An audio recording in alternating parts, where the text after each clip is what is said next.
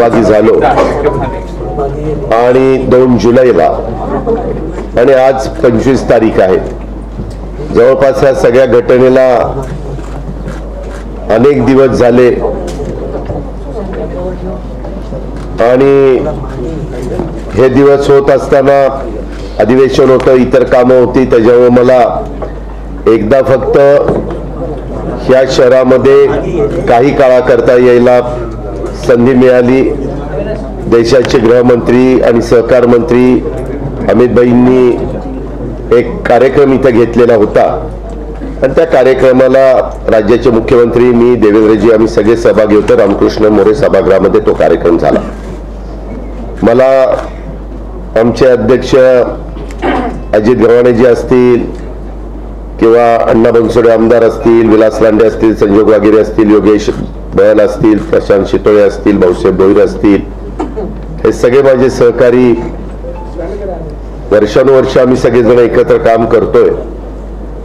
तर यांनी मला सांगितलेलं होतं की दादा तुम्ही लवकर या आणि आज मी यायचा निर्णय घेतला. परंतु येताना मी जसा पक्षाचा मेळावा लावलेला आहे तसं मला पहिल्यांदा मनापासून कुठल्याही विकास कामामध्ये लक्ष घालायला आणि तिथले प्रश्न सोडवायला आवडतं आणि ती माझी पॅशन आहे.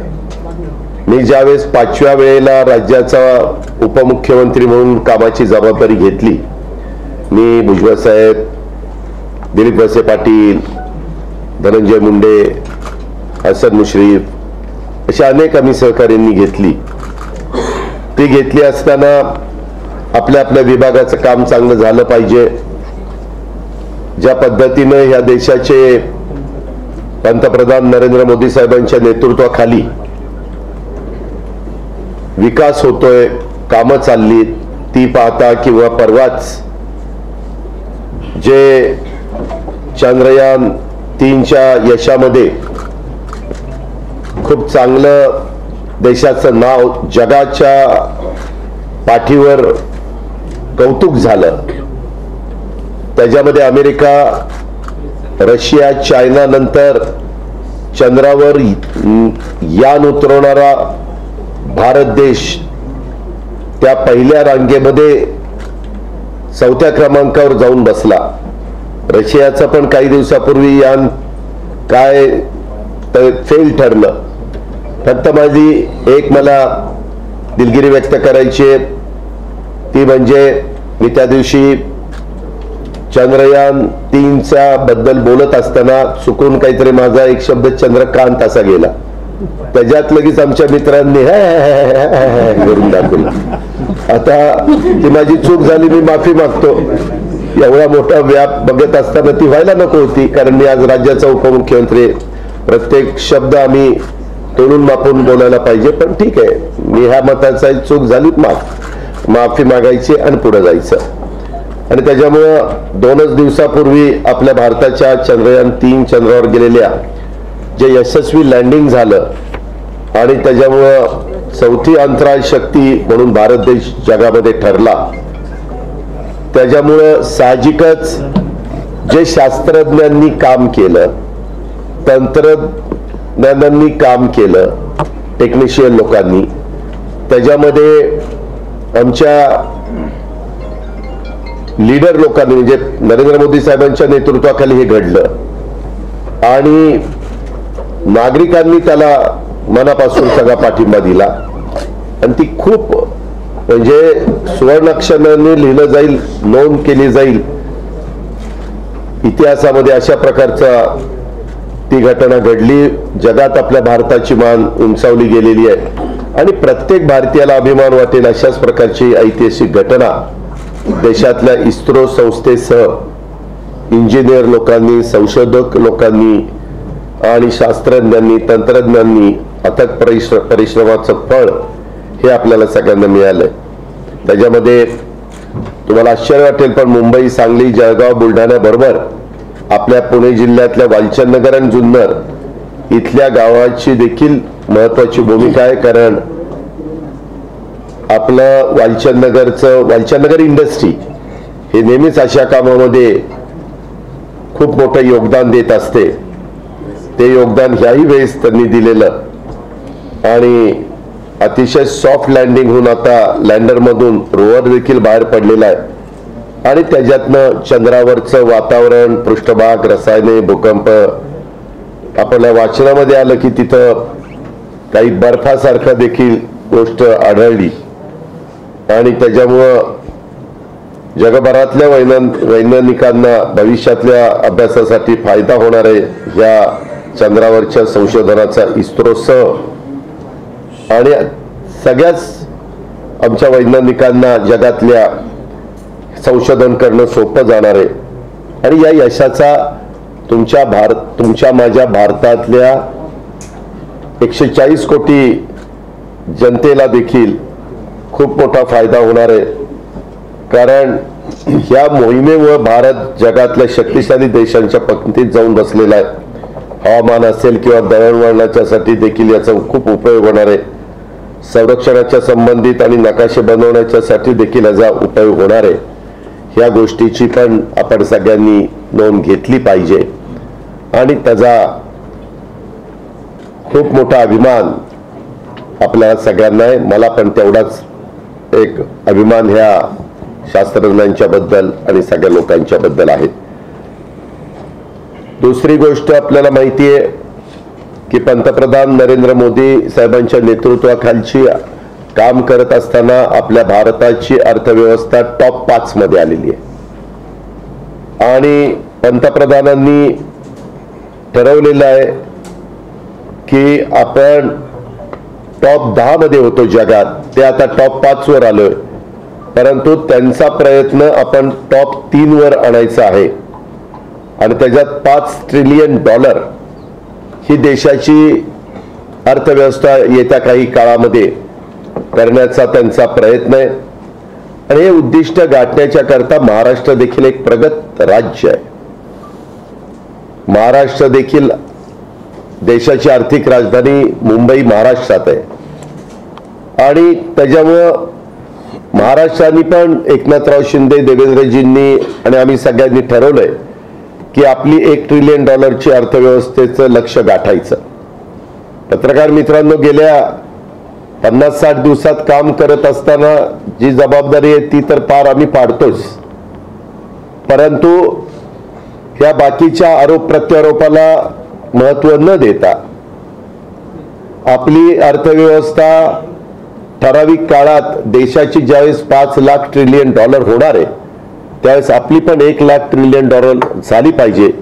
त्याकरता कमिटी नेमलेली आहे, त्याच्यामध्ये तज्ञ लोक घेतलेली आहे, त्याच्यामध्ये टॉपचे इंडस्ट्रीज लोक त्याच्यामध्ये सल्लागार म्हणून घेतलेली आहे आणि या सगळ्यांचं जे काम चाललंय किंवा त्यांनी जो काही अहवाल दिलाय त्याच्याबद्दल पण मी काही दिवसापूर्वी मुंबईमध्ये आढावा घेतला आणि कुठल्या कुठल्या कामामध्ये आपल्याला GDP वाढवण्याच्या करता प्रयत्न करावा लागणार आहे, काय गुंतवणूक कुठल्या कुठल्या भागात, पर्यटनाला कशी चालना द्यावी लागणार आहे, उद्योगधंद्यांना आकर्षित करणारी गुंतवणूक आणण्याच्या करता काय करावं लागणार आहे. आपल्या इथं जनरल मोटर्सचा उद्योग बंद पडला, तिथं हुंडाईचा उद्योग त्याच ठिकाणी कसा येईल, किंवा आज आपले राज्याचे उपमुख्यमंत्री देवेंद्रजी फडणवीस हे जपानवरून येतात. जपानला पण सेक्रेटरी इंडस्ट्रीचे चीफ एक्झिक्युटिव्ह ऑफिसर MIDCचे हे सगळी टीम त्यांच्याबरोबर गेलेली आहे, त्यांचे सेक्रेटरी गेलेले आहेत, शेखर परदेशी जे पूर्वी आपल्याकडे आयुक्त होते, आणि त्यांनी पण तिथं वेगवेगळ्या प्रकारची चर्चा केलेली आहे. तिथनं पण काय गुंतवणूक येते ते आपल्याला कळेल. सांगायचं तात्पर्य, महायुतीचं सरकार इथं आल्यापासून ह्या सगळ्या कामामध्ये अग्रक्रम देण्याचा आमचा सगळ्यांचा प्रयत्न आहे आणि तशा पद्धतीनं कामाला लागलो. ठीक आहे, काम करत असताना काही जण बातम्या पसरवतात, आता अजित पवारांनी मुख्यमंत्र्यांची जे काही जबाबदारी आहे त्यांच्याच बैठका घ्यायला सुरुवात केली. आमच्यामध्ये आम्ही सगळं एकमेकाला विश्वासामध्ये घेऊन करतोय. कारण नसताना चुकीच्या पद्धतीनं बातम्या देणं हे बरोबर नाही, कारण आपण देशाचं भलं करण्याचा प्रयत्न जगाच्या पाठीवर सगळीकडे जाऊन ज्यावेळेस पंतप्रधान नरेंद्र मोदी साहेब करतायत आणि त्यांना याच्यामध्ये यश येत आहे त्यावेळेस आपलाही राज्य भारतामध्ये पहिल्या क्रमांकाचं राज्य राहावं, त्याकरता आमच्या तिघांचाही आणि त्या सरकारमध्ये सामील असणाऱ्या सर्व आमदारांचा प्रयत्न आहे आणि तो आम्ही पुढेही चालूच ठेवणार आहे. हे सगळं होत असताना आज मी शेखर सिंह इथले आयुक्त यांना सांगितलेलं होतं की मला काही माझे समोर प्रश्न आहेत ते तुमच्या समोर ठेवायचे आणि तुम्ही काय करताय त्याचं पण प्रेझेंटेशन मला द्या, मी आणि माझे सहकारी त्याला उपस्थित राहू. तशा पद्धतीनं त्यांनी सगळे वेगवेगळ्या महानगरपालिकेतले हेड HDO हे हजर ठेवलेले होते. त्यांनी प्रेझेंटेशन दिलं. त्यांना मी विचारलं की त्याच्यामध्ये मी फक्त एक सांगायचं राहून गेलो, आपण $1 ट्रिलियन अर्थव्यवस्थेचं लक्ष्य गाठतोय, म्हणजे आत्ताच्या घडीला $1 ट्रिलियन 82,66,000 कोटी रुपये, 82.66 लाख कोटी रुपये. म्हणजे डॉलरचा आता 82ला दर गेल्यामुळं 82.66 असल्यामुळे ती रक्कम म्हणजे इथपर्यंत. ह्याच्यातनं काय होणार आहे? ह्याच्यातनं बेरोजगारांना नोकऱ्या मिळणार आहेत, ह्याच्यामध्ये अर्थव्यवस्थेला बळकटी येणार आहे, जगामध्ये आपण 3ऱ्या नंबरवर पोहोचणार आहे. शेवटी काम करताना काहीतरी उद्दिष्ट डोळ्यासमोर ठेवून काम करायचं असतं आणि त्या प्रकारे आम्ही इथे काही काम करतोय. त्याच्यातनं राज्यातल्या कृषी, उद्योग, अर्थ, व्यापार, उत्पादन, IT क्षेत्राच्या विकासावर भर देण्याचा प्रयत्न मुख्यमंत्र्यांचा, उपमुख्यमंत्र्यांचा, आमचा सगळ्यांचा आहे. येत्या वर्षभरात पूर्ण होऊ शकणारे राज्यातले प्रकल्प प्राधान्याने मार्गी लावण्याचा आमचा उद्देश आहे आणि ह्याच्यातून एक चांगलं चित्र आपल्याला निर्माण करता येणार आहे, म्हणून हा सगळा प्रयत्न आहे. आज इथं आल्यानंतर आपल्या शहरामध्ये जे काही महत्त्वाचे प्रश्न आहेत, मग पवना बंद जलवाहिनी असेल, पवना, इंद्रायणी आणि मुळा ह्या 3 नद्यांचा नदी सुधार कार्यक्रम, मुळाचा अर्धा आपल्या भागात आहे, अर्धा पुणे महानगरपालिकेत आहे, त्याच्या योजनेला मंजुरी देण्याचं काम असेल, आपलं पिंपरी ते निगडीपर्यंत मेट्रोचा विस्तार करण्याचं काम असेल, नाशिक फाटा ते चाकणपर्यंत वाहतूक सुसह्य व्हावी म्हणून काही मेट्रो मार्ग आपण करू शकतो का? करू शकत असेल तर कशा पद्धतीने करू शकतो? कारण आता रेलला, मेट्रोला आपलेच इथं काम करणारे श्रावण हर्डीकर दीक्षितांना तिथनं बदलल्यानंतर त्यांच्यावरती जबाबदारी टाकलेली, त्याच्यावर त्यांना आपल्या शहरातल्या तर सगळ्याच गोष्टी बारकाईने माहिती आहे.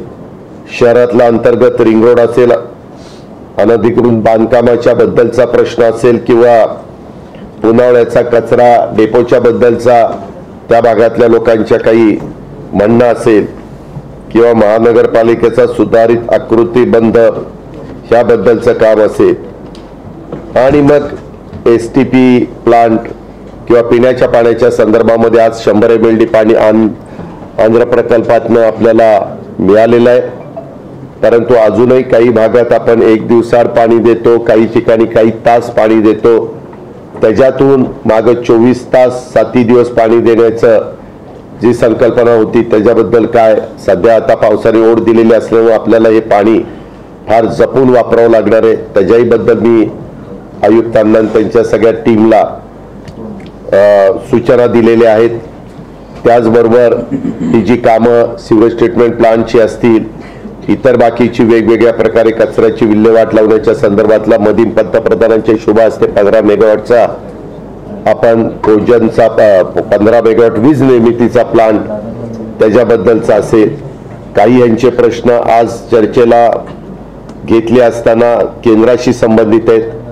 मी ते त्यांना नोट तयार करायला सांगितलेली आहे आणि मग केंद्राशी बोलून, संबंधित मंत्र्यांशी बोलून, वाटल्यास एकदा माझे इथं पूर्वी आशिष शर्मा आयुक्त होते, ते माझे DCMचे सेक्रेटरी म्हणून काम करतायत, त्यांनाही काही वर्ष ते आता दिल्लीमध्ये होते, त्याच्यावर दिल्लीमध्ये आम्ही गेल्यानंतर त्यांनी दिल्लीमध्ये केलेल्या कामाचा देखील आम्हाला उपयोग होईल, ओळखीचा उपयोग होतो. काही त्यांचे क्लासमेट असतात, काही बॅचमेट असतात. अशा पद्धतीनं मी शेखर सिंहांना सांगितलेलं आहे. आणि जे राज्याशी संबंधित असतील ते मी हे जी बरीचशी जबाबदारी एकनाथराव शिंदे साहेबांच्याकडच्या डिपार्टमेंटची आहे. आणि काही थोडंसं आपल्यात MIDCचा एरिया येतो, त्याच्यावर उदय सामंतांशी पण मला बोलावं लागेल. असं वेगवेगळ्या माझ्या सहकाऱ्यांशी मला बोलावं लागेल. आणि काही महत्त्वाच्या प्रश्नांच्या करता बंद पाईपलाईन पौद्याची ते आणण्याच्या करता मुख्यमंत्र्यांचा पूर्वीचा स्टे, त्याच्याबद्दल एकनाथराव शिंदे साहेबांच्या कानावर घालावं लागेल. त्याच्या संदर्भामध्ये स्मार्ट सिटीची केंद्र सरकारच्या अभियानाची मुदत 30 जूनला संपलेली आहे, त्याच्याबद्दल पुढचं काय, किंवा इथं आता मोशीला स्टेडियम 400 कोटी रुपये खर्च करून पुढं करायचं जे काही डोक्यात आहे त्याबद्दलचं काय, सिटी सेंटर किंवा मगर स्टेडियमची जागा आपण 30 वर्षाच्या ऐवजी 60 वर्षाच्या करता विकासकाला देण्याचा चर्चा आहे. किंवा फ्लायओव्हरची कामं चाललेली आहेत. काही ठिकाणी फॉरेस्टच्या जमिनी आपल्याला पाहिजेत, त्याच्याकरता व्याघ्र प्रकल्पाच्या शेजारच्या जमिनी घेऊन इथली फॉरेस्टची जमीन आपल्याला घेता येते का काय, ह्याबद्दलचा प्रयत्न आयुक्तांचा चाललेला आहे. ते कुठं नागपूरला किंवा मुंबईला किंवा भोपाळला जिथं कुठं थांबलेलं असेल त्याबद्दलचा प्रयत्न करावा लागणार आहे. शिक्षणाच्या संदर्भामध्ये लहान मुलांना मराठी शाळांच्या बरोबर काही शाळा इंग्रजी माध्यमाच्या करता येतील का, आणि त्याच्यामध्ये मराठी पण विषय, मराठी तर आपली मातृभाषा आहे, ती तर आपल्याला मुलांना चांगली आलीच पाहिजे. तशा पद्धतीनं इंग्रजी पण चांगलं आलं पाहिजे गोरगरिबांच्या मुलांना. ज्यांची ऐपत आहे ते तर इंग्रजी माध्यमाच्या शाळेमध्ये मुलांना टाकतात आणि ते शिकवतात, परंतु गरिबाच्या मुलाला पण चांगलं शिक्षण देण्याचा कॉर्पोरेशनचा प्रयत्न राहिला पाहिजे अशी माझी सूचना होती. आणि हॉस्पिटलची कामं चाललेली आहेत. कॅन्सर हॉस्पिटल पण आपण एका ठिकाणी सुरू करू पाहतोय. आणि साधारण आढावा घेताना पत्रकार मित्रांनो एक गोष्ट लक्षात आली, ज्या प्रकारे आपल्या शहराचं विस्तारीकरण होत आहे, अजून काही गावं मागे ठराव झालेले आहेत, किती गावाचं 7 गावं, त्याच्याबद्दल पण मला मुख्यमंत्री महोदयांशी बोलावं लागेल. तर हे सगळं करत असताना टॉवर होत आहेत, उंच इमारती, मोठे मोठे सोसायट्या होत आहेत, त्याच्यावर साहजिकच पाणी लागतंय, रस्ते रुंद करावे लागत आहेत, लँडस्केपिंग किंवा सुशोभीकरण देखील काही भागामध्ये करावं लागतंय. ह्या सगळ्या गोष्टी करत असताना त्यामध्ये कुठली त्रुटी राहू नये. पण एक गोष्ट, आपल्याकडं आता पावनेचं पाणी मिळतंय, आंध्र प्रकल्पाचं पाणी मिळतंय, भामास्केटचं पाणी मागे आपण मंजूर केलेलं आहे, त्याची जॅकवेलचं काम सुरू आहे आणि पाईपलाईनचं काम काही भागात सुरू आहे. ते मला आता आयुक्तांनी प्रेझेंटेशन दिलं.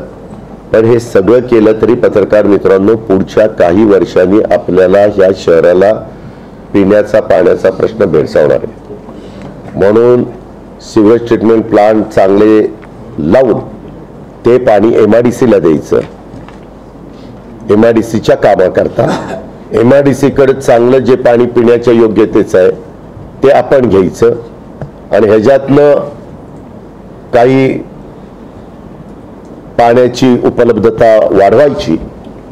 परंतु मी अतिशय जबाबदारीनं बोलतो, जसं पुणे शहर वाढतंय आणि त्या पुणे शहर आणि आजूबाजूच्या भागाला वरसगाव, पानशेत, खडकवासला, टेमघरचं पाणी कमी पडतंय, तसं मुळशी धरणाचं पाणी टाटाचं घेण्याच्या करता मध्ये कमिटी केलेली होती, त्याचा आता अहवाल आलेला आहे. आम्ही मंत्रालयामध्ये सगळेजण निर्णय घेऊ.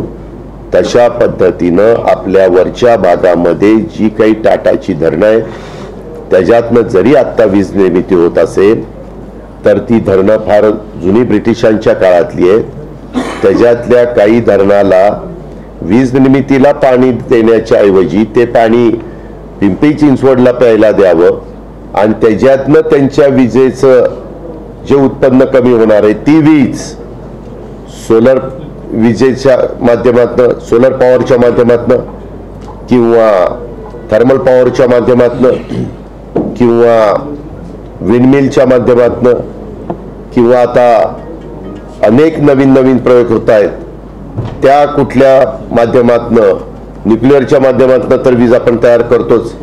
अशा वेगवेगळ्या माध्यमातून वीज तयार करून आपल्याला त्यांना त्याची भरपाई द्यावी लागेल, त्याच्याकरता त्यांच्याशी चर्चा करावी लागेल. परंतु ते केल्याशिवाय पुढचा पाण्याचा ह्या शहराचा प्रश्न सुटणार नाही. त्याचबरोबर असाही प्रयत्न करावा लागेल, आपल्या लोणावळ्याच्या पलीकडच्या बाजूला जो पाऊस पडतो त्याचं भरपूर पाणी नंतर कोकणामध्ये वाहून जातं समुद्राला. तिथं खालच्या बाजूला पण काही आपल्याला लवाद जो आहे कर्नाटक, महाराष्ट्र आणि आंध्र प्रदेश ह्या संदर्भातला पण कुठला प्रश्न निर्माण होणार नाही आणि ते पाणी तिथं थांबून ते पंपिंगद्वारे आपल्याला वर घेता येईल का, हे घेतल्याशिवाय मी आजचं बोलत नाही. कारण मी पण इथं खासदार झालो होतो 91ला झालो, आता 2023 साल आहे, म्हणजे 32 वर्ष मला आज इथं खासदारकीला सुरुवात केल्यापासून झालेली आहे. आणि पुढं ह्या प्रश्न 15-20 वर्षातच येणार आहे.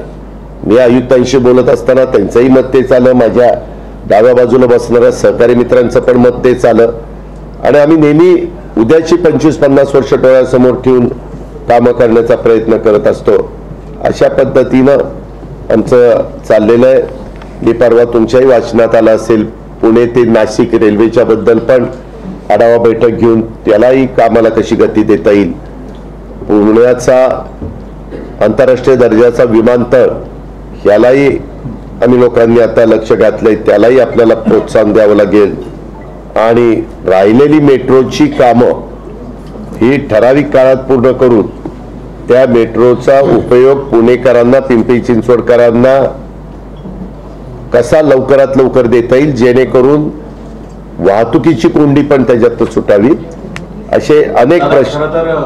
आता महाराष्ट्रासमोर पुन्हा एकदा पाण्याचं संकट निर्माण होऊ नाही, अरे एक मिनिट माझं ऐक ना बाबा, नंतर तुझं. त्याच्यामध्ये ह्या सगळ्या गोष्टी करायच्या. आणि आता आमच्या समोर वेगळ्या समस्या आहेत. परवाच मुख्यमंत्र्यांनी त्यांच्या अध्यक्षतेखाली मी होतो, रेव्हेन्यू मिनिस्टर होते, पाणीपुरवठा मंत्री होते, मदत पुनर्वसन मंत्री होते, असे सगळ्या महत्वाच्या डिपार्टमेंटला अधिकाऱ्यांना बोलून VCच्या द्वारे राज्याची सध्याची परिस्थिती, पाण्याची काय, चाऱ्याची काय, पुढचा जर पावसाने ओढ दिली तर राहिलेला काळ कशा पद्धतीने आपल्याला पाणी पिण्याचं देता येईल, चारा जनावरांना उपलब्ध करून देता येईल, काही रोजगार त्या ठिकाणी द्यावा लागला तर तो कसा द्यायचा, अशा सगळ्याच्या बद्दल आम्ही चर्चा केली. आणि त्याच्यातनं पुढं कशी पावलं उचलायची त्याबद्दल पण आम्ही ठरवलेलं आहे. तुम्ही पाहता मध्ये कांद्याचाही प्रश्न निर्माण झाला होता, परंतु कांद्याला 2410 रुपये भाव, म्हणजे 24 रुपये 10 पैसे भाव, आणि 2 लाख मेट्रिक टन कांदा घेण्याचा निर्णय देखील केंद्र सरकारने घेतला. त्याच्याबद्दल मी अमित शहा, तसंच पियुष गोयल आणि देशाचे पंतप्रधान नरेंद्र मोदी साहेबांचं पण मनापासून अभिनंदन करीन. अशा वेळेस वेगवेगळे प्रसंग येतात, परंतु त्या प्रसंगाला केंद्राने पण तातडीनं मदत करायची असते आणि राज्यांनी पण त्याच्यामध्ये कुठं कमी पडायचं नसतं.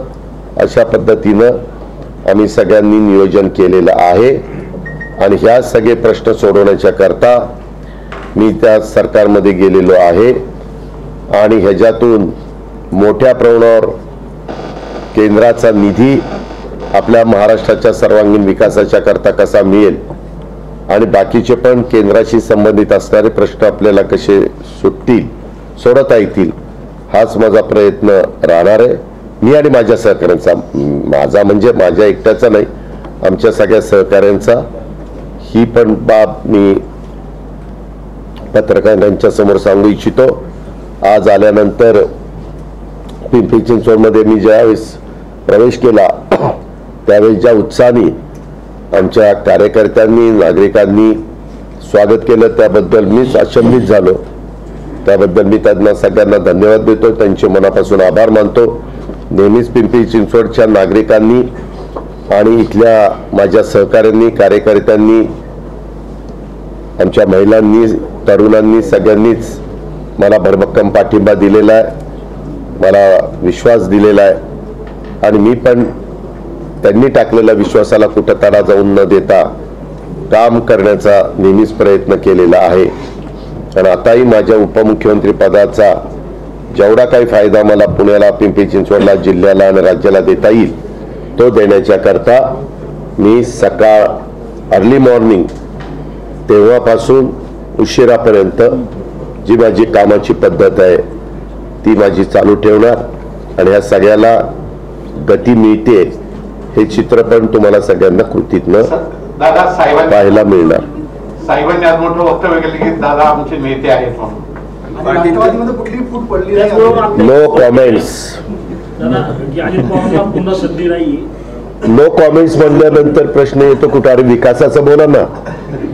मी एवढं सांगतोय, $5 ट्रिलियन, $1 ट्रिलियन मी सांगतोय की आपल्या शहरातले प्रश्न त्याच्या संदर्भामध्ये कसं पारदर्शकता आणता येईल, त्याला गती देता येईल, त्याला काम करता येईल. अरे सर्वसामान्य लोकांना डेव्हलपमेंट पाहिजे, विकास पाहिजे. दादा साहेबांच्या वक्तव्याकडे कसं पाहता आपण? त्यांनी जे वक्तव्य केलं तू कसं पाहतोस? त्याच्या एक्झॅक्ट उलट पाहतो.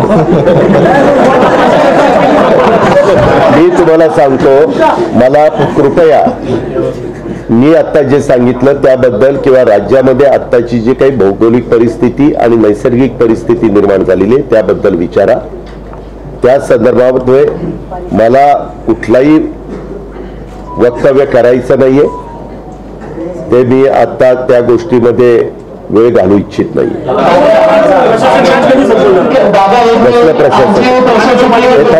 अरे थांबा ना बाबा, हे बाळा, भाजप आणि शिवसेनेचे कोणी इकडे कोण बोलतोय? अहो साहेब जरा थांबा ना. मी आज कुणालाच मिटिंगला बोलवलेलं नव्हतं.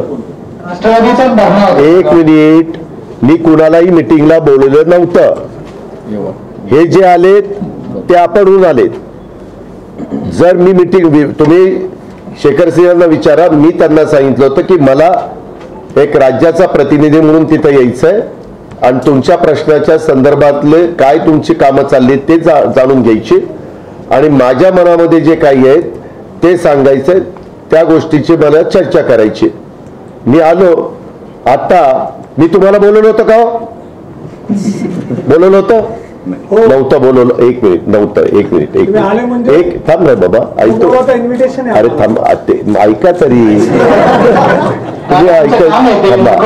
हा, एक मिनिट. मग तुम्ही जसं माझ्या प्रेमापोटी किंवा तुमच्या ऐका थांब रे बाबा, ऐक जरा. त्याच्यामध्ये तुम्ही जसं प्रेमापोटी किंवा तुम्ही ज्या चॅनलला नोकरी करता त्या नोकरीपोटी आला, तुमचं काम आहे. कुणी अशा प्रकारची व्यक्ती आल्यानंतर काय ते बोलतायत, काय बाईट देत आहेत, काय प्रश्न विचारता येत आहेत, हे तसं तुमचं काम आहे. तसं मी आल्यानंतर माझ्या पक्षाचा आमदार, माझ्या पक्षाचे कार्यकर्ते, माझ्या पक्षाचे अध्यक्ष हे येणारच ना. त्याच्या संदर्भामध्ये ते येणार नाही कसं?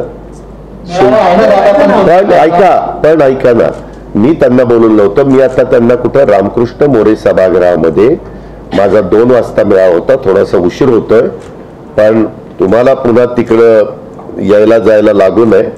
मला अजितनं विलासने विनंती केली की दादा पत्रकार मित्र बाहेर आहेत, तर मी म्हणलं मग इथल्या इथंच त्यांच्याशी बोलून जातो. आणि म्हणून मी आपल्याला साधारण काय चाललंय बाबा, 50-60 दिवसात अजित पवारांनी उपमुख्यमंत्री पदाची जबाबदारी घेतल्यापासून पेपरला बातम्या येत असतात की इथं असं झालं, तिथं तसं झालं, आता हे बदलणार, कोणतरी सांगतात आता सप्टेंबरला असा बदल होणार, फाल्याला तसा बदल होणार. काही बदल होणार नाही. अतिशय मजबूत 200 पेक्षा जास्त आमदारांचा ह्या आत्ताच्या सरकारला पाठिंबा आहे. 288च्या अगेन्स्ट. बऱ्याच काळामध्ये एवढ्या मोठ्या संख्येने आमदारांचा भरभक्कम पाठिंबा असणारं सरकार अनेक वर्षात, म्हणजे पूर्वी एकतर्फी काँग्रेसची राजवट असताना असायचं, परंतु त्याच्यानंतर अनेक वर्षात, गेल्या 40 वर्षात इतका मोठा पाठिंबा असणारं सरकार कधी आपण आलेलं पाहिलं नव्हतं. ते आता काम करतंय आणि ते काम करत असताना पूर्णपणे त्यांची टर्म संपेपर्यंत ते काम करत राहणार आहे. प्रशासक राजच्या संदर्भात ही मॅटर सुप्रीम कोर्टामध्ये आहे. एकच मिनिट, मला एका वेळेस मी एकाचं उत्तर देईल रे बाबा. तर त्याच्यामध्ये सुप्रीम कोर्टात मॅटर आहे. मागं ओबीसीच्या बद्दल अन्याय झालेला होता, कारण शेड्यूल ट्राईब शेड्यूल कास्ट यांच्याच निवडणुका लागणार होत्या सर्वसाधारण जागांच्या. आज एवढा मोठा वर्ग ओबीसी मध्ये असताना त्यांना प्रतिनिधीपासून वंचित ठेवणं बरोबर नव्हतं, आणि म्हणून मागं आम्ही सरकारमध्ये असताना त्यावेळेस त्याबद्दलचे काही निर्णय घेतले, त्याच्याबद्दल काही कायदे केले, काही अध्यादेश काढले, आणि ती नंतर मॅटर कोर्टामध्ये गेल्यानंतर आता सुप्रीम कोर्टामध्ये मॅटर चालू आहे. सुप्रीम कोर्टाचा निकाल ह्याबद्दलचा आल्यानंतर आता त्या निवडणुका लावायचं कधी हे राज्य सरकारच्या हातात नसतं. त्याच्याकरता निवडणूक आयोग नेमलेला आहे. सहकाराच्या करता पण वेगळा आयोग आहे आणि ह्याला पण वेगळा आयोग आहे. जसं इलेक्शन कमिशन केंद्रात 5 वर्ष झाल्यानंतर लोकसभा आणि विधानसभेच्या, राज्यसभा आणि विधान परिषदेच्या निवडणुका लावतं, तसं आम्ही पण वाट पाहतोय की कधी निवडणुका लावतात, जेणेकरून आता उद्याच्या फेब्रुवारीत 2 वर्ष होतील, फेब्रुवारीला 2 वर्ष होतील. 22ला निवडणुका व्हायला पाहिजे होत्या, तर 1.5 वर्ष तर ह्या गोष्टीला होऊनच. त्याच्या संदर्भात जी सार्वजनिक कामं असतील, मेजर कामं, ती आमच्यासारख्यांनी आता लक्ष दिलं पाहिजे, कारण आम्ही सरकारमध्ये आहोत. तुम्ही जर दिलं तर आम्ही आयुक्तांना त्याच्याबद्दलच्या सूचना देऊ. आणि म्हणूनच मला आता काही सहकारी मित्रांनी निवेदनाच्या स्वरूपामध्ये किंवा भेटून काही गोष्टी सांगितलेल्या आहेत, काही मला व्हॉट्सअपच्या रूपाने आलेल्या आहेत, आणि त्याच्याबद्दलच मी ओवापोह केला. गुंडाळणार नाही रे बाबा, आम्ही गुंडाळायला नाही आलो, आम्ही काम करायला आलो. आधी पण सत्तेत होता, आता पण सत्तेत आहे.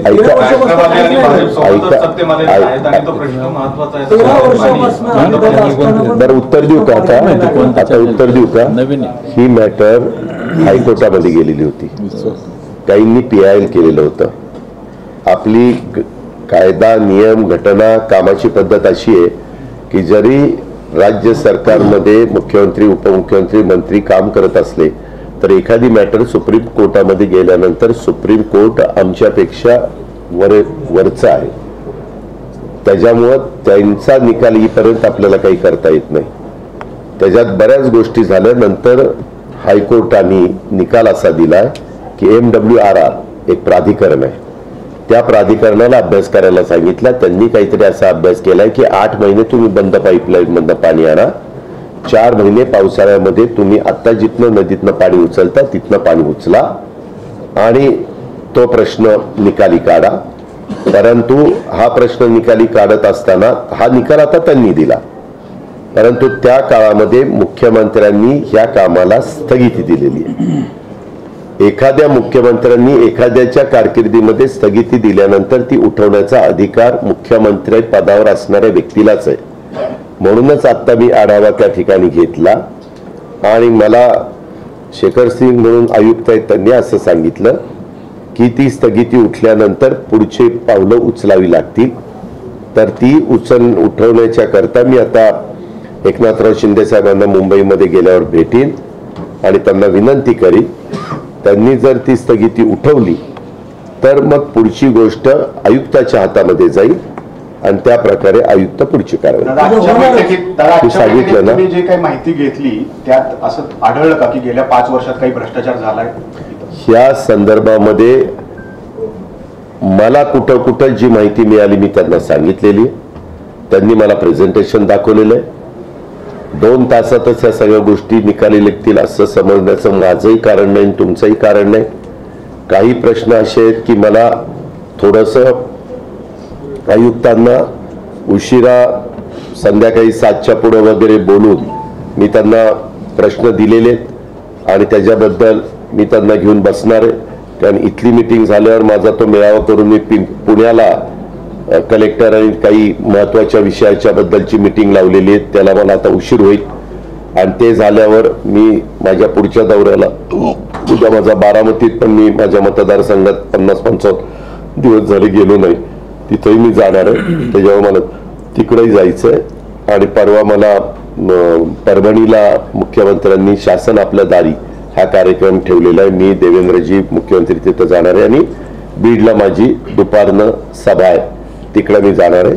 अशा प्रकारे माझं कामाचं नियोजन आहे. आणि नंतरच्या काळात 4 राज्यांची कॉन्फरन्स अहमदाबादला ठेवली गेलेली आहे. तिथं आपल्या राज्याच्या वतीनं मी आणि मुख्यमंत्री उपमुख्यमंत्री आम्ही तिकडे जाणार आहोत. असा माझा जवळपास 28 तारखेपर्यंतचा दौरा ठरलेला आहे. स्थानिकांनी सांगितलं ना, इथं भ्रष्टाचार झालाय हे 2 महिन्यापूर्वीपर्यंत इथले ओरडत होते. त्याच्या संदर्भामध्ये त्यांनी त्यांची भूमिका मांडलेली आहे. नाही युटर्न मारा नाही, नाही. आता नाही दे नाही रे बाबा, मी सांगतो ना, मला तुम्ही थोडंसं ऐकून घ्या ना प्लीज. त्याच्या संदर्भामध्ये त्यांनी त्यांची भूमिका मांडली, त्यांना न्याय नाही मिळाला म्हणून ते कोर्टामध्ये पण गेले. आपण अनेकदा जर आपल्याला एखादी गोष्ट सारखी सारखी मांडून ज्यावेळेस न्याय मिळत नाही त्यावेळेस आपल्याला न्याय व्यवस्थेमध्ये न्याय मागण्याचा अधिकार असतो. तशा पद्धतीनं संबंधित अजित गव्हाणे आणि काही सहकारी गेलेले आहे. आता मी शासनामध्ये प्रतिनिधी आहे, मी त्याच्याबद्दल जी काही तक्रार आहे त्याच्या संदर्भातली माहिती घेऊन की ह्या तक्रारीत तथ्य आहे का नाही ह्याची चौकशी करावी लागेल. दादा, खरं तर थोड्या वेळापूर्वी तुम्ही म्हणालात की एकमेकांना विश्वासात घेऊन आपण सत्तेतले निर्णय घेतो किंवा काम करतो. हे असा आरोप झालेला आहे की जे धोरण लकवा मारला गेलाय सरकारला, पॉलिसी पॅरालिस असा आरोप होतोय सरकारवर. कोणी केला? सुप्रियाताई. मला बाकीच्यांनी विरोधकांनी काय आरोप करावेत हा विरोधकांचा अधिकार आहे. आम्ही सकारात्मक भूमिका घेऊन सरकारमध्ये काम करतोय. मी पहिल्या दिवसापासून तुम्ही माझी भाषणं ऐकताय, प्रेस ऐकताय आणि त्याच्याही आधी तुम्ही मला अनेक वर्ष ओळखता. आपण करोनाच्या काळामध्ये अनेकदा एकत्र बसायचो आणि आढावा घ्यायचो. त्याही काळामध्ये मी फार काही राजकीय ज्या गोष्टीला उत्तर देणं गरजेचं आहे तेवढ्यापुरतं मी उत्तर देत असतो. परंतु माझं स्वतःचं मत आहे की आपण फार त्या गोष्टीत अडकून न पडता, सर्वसामान्य गोरगरीब माणूस आहे, दुर्लक्षित माणूस आहे, त्याचे प्रश्न सोडवण्याच्या करता. आणि तुम्ही गेल्या 55 दिवसाचं माझे हे बघा, कामकाज बघा किंवा माझा दिनक्रम बघा, मी माझ्या महत्वाच्या मीटिंगलाच प्राधान्य देतोय आणि त्याचाच आढावा घेऊन पुढचे निर्णय घेतोय. सुदैवाने मला एकनाथराव शिंदे आणि देवेंद्रजींनी फायनान्शियल प्लॅनिंग दिलेलं असल्यामुळं माझ्याकडं मोठी जबाबदारी राज्याची, त्या रिसोर्सेस वाढवण्याच्या करता मी बैठका घेतोय. हे का तर जेवढे रिसोर्सेस वाढवतील तेवढं आपल्याला विकास कामाला पैसा अधिक मिळणार आहे. अशा सगळ्या गोष्टी माझ्या शहरामध्ये गुन्हेगारी प्रचंड वाढली. आज सुद्धा रात्री तोडफोड झाली 30-40 वाहनाची. जो आपल्या पोलीस आयुक्तालयाचा स्वतंत्र जागेचा विषय आहे तो अजूनही मागे लागताना दिसत नाही. 5 वर्ष झाले शहरात स्वतंत्र आयुक्तालय आहे. त्याबद्दल नगरविकास खात्याचे नंबर 1 जे काही अतिरिक्त मुख्य सचिव आहेत गुप्ता, त्यांना 2 दिवसापूर्वी मी सांगितलेलं आहे. कारण हे महसूल खात्याकडे काम नाही, हे नगरविकास खात्याकडे काम आहे. त्यांच्याकडे तो प्रस्ताव आहे. त्या प्रस्ताव लवकर क्लिअर करा. तो क्लिअर झाल्यानंतर आम्ही प्लॅन करून तिथं पिंपरी चिंचवड आयुक्तालय, पोलीस आयुक्तालय त्याचं काम सुरू करणार आहे. मी तेच सांगतोय की मी इथं आलोय. आता पुणे म्हणजे वेगवेगळे पुणे जिल्ह्याचे, पिंपरी चिंचवडचे, पुणे शहराचे प्रश्न सोडवण्याच्या करता छत्रपती स्वराज्य रक्षक छत्रपती संभाजी महाराजांचा जे स्मारक करायचं आहे त्यामध्ये मी लक्ष घातलंय. पुणे नाशिक रेल्वेमध्ये मी लक्ष घातलंय. तुम्ही आत्ता जो उल्लेख केला त्याच्यामध्ये मी लक्ष घातलंय. त्याच्या संदर्भामध्ये विमानतळामध्ये माझी आणि मुख्यमंत्री उपमुख्यमंत्री श्रीरंग बारणेंनी काल एक पत्र दिले की शहरामध्ये जी सायन्स सिटी होती त्याचा स्थलांतरणाचा विषय चाललेला आहे. उमा खापरे आमदार त्यांनी सुद्धा विरोध केलेला. नक्की तो प्रकल्प इथे होणार का शहरात? काय होतं पत्रकार मित्रांनो, तुम्ही एक बाजू ऐकता, दुसरी बाजूच ऐकून घेत नाही.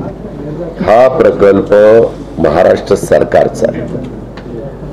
पाठीमागे मी सरकारमध्ये असताना त्यावेळेसच्या शालेय शिक्षण मंत्र्यांनी हा प्रकल्प कुठं घ्यायचा त्यावेळेस ज्यावेळेस आम्ही चर्चा केली त्यावेळेस तो पुण्यामध्ये घ्यावा असं ठरलं. मग किती जागा लागती तर त्याला 30 ते 35 एकर जागा लागती. एक प्रस्ताव असाही आला की पिंपरी चिंचवडमध्ये घ्यावा. म्हणलं हरकत नाही, पुणेही विद्येचं माहेरघर, पिंपरी चिंचवड आणि पुणे काही वेगळं समजण्याचं कारण नाही, आपण तिथं घेऊ. आपल्याकडे तेवढी जागा नाही. हा मोठा प्रकल्प आहे. केंद्र सरकार ह्याला निधी देतोय, राज्य सरकार ह्याला निधी देतोय. मग पुण्यामध्ये पण तेवढी मोठी जागा मिळेना. मग मुंढव्याला एक जागा मोठी मिळालेली आहे आणि ह्याला इतके मोठ्या प्रमाणात हा प्रकल्प झाल्यानंतर विद्यार्थी पाहायला येणार. हे महाराष्ट्रातनं येणार, जिल्ह्यातनं येणार, आजूबाजूच्या जिल्ह्यातनं येणार. दरवर्षी नवीन विद्यार्थ्यांची बॅच येत राहणार. आपल्याला इथं करायचं म्हटलं तर इथल्या सायन्स पार्क आपण जे केलं मागच्या काळात, माझ्याच काळात ते झालंय.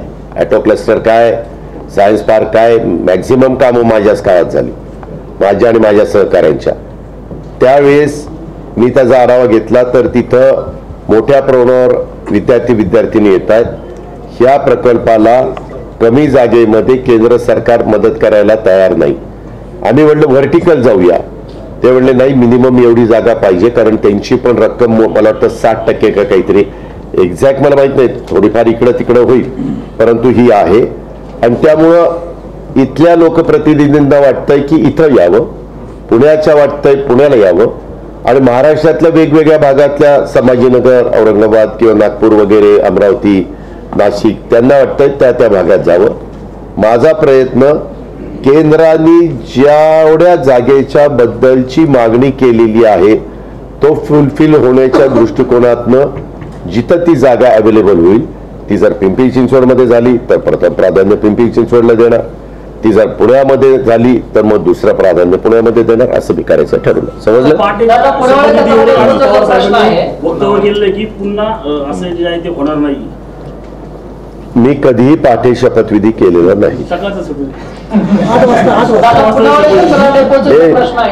ऐका ना, तो तुम्ही ना मागचं उकरून काढायला बसलाय का ताजं काही बोलायला बसलाय?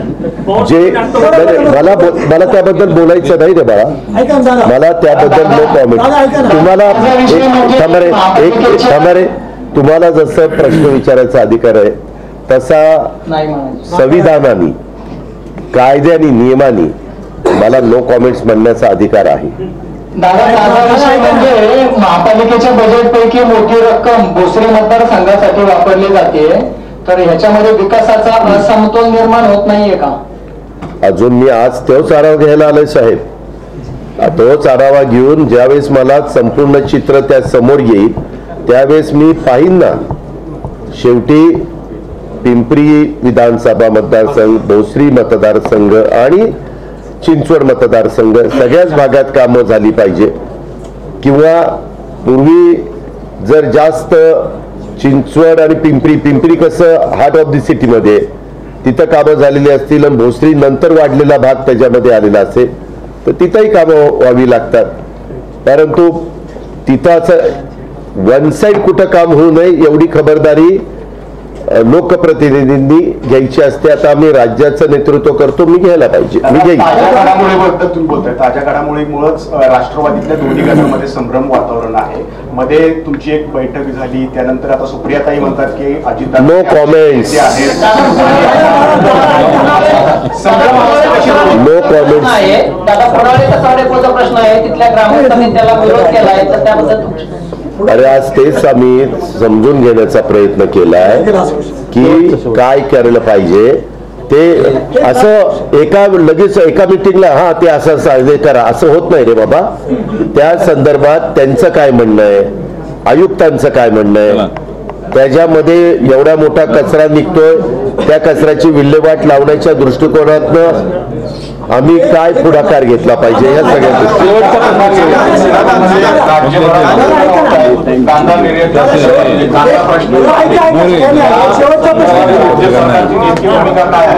काय काय काय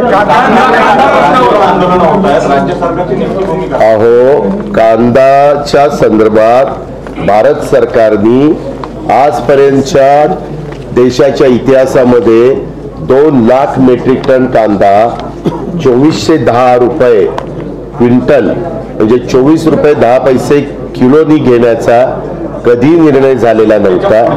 काही लाख मेट्रिक टन कांद्याच्या संदर्भात हा त्याच्या पुढच्या काही लाख मेट्रिक टन राहणार आहे कांदा त्याच्या संदर्भात तुम्ही नका ना काळजी करू.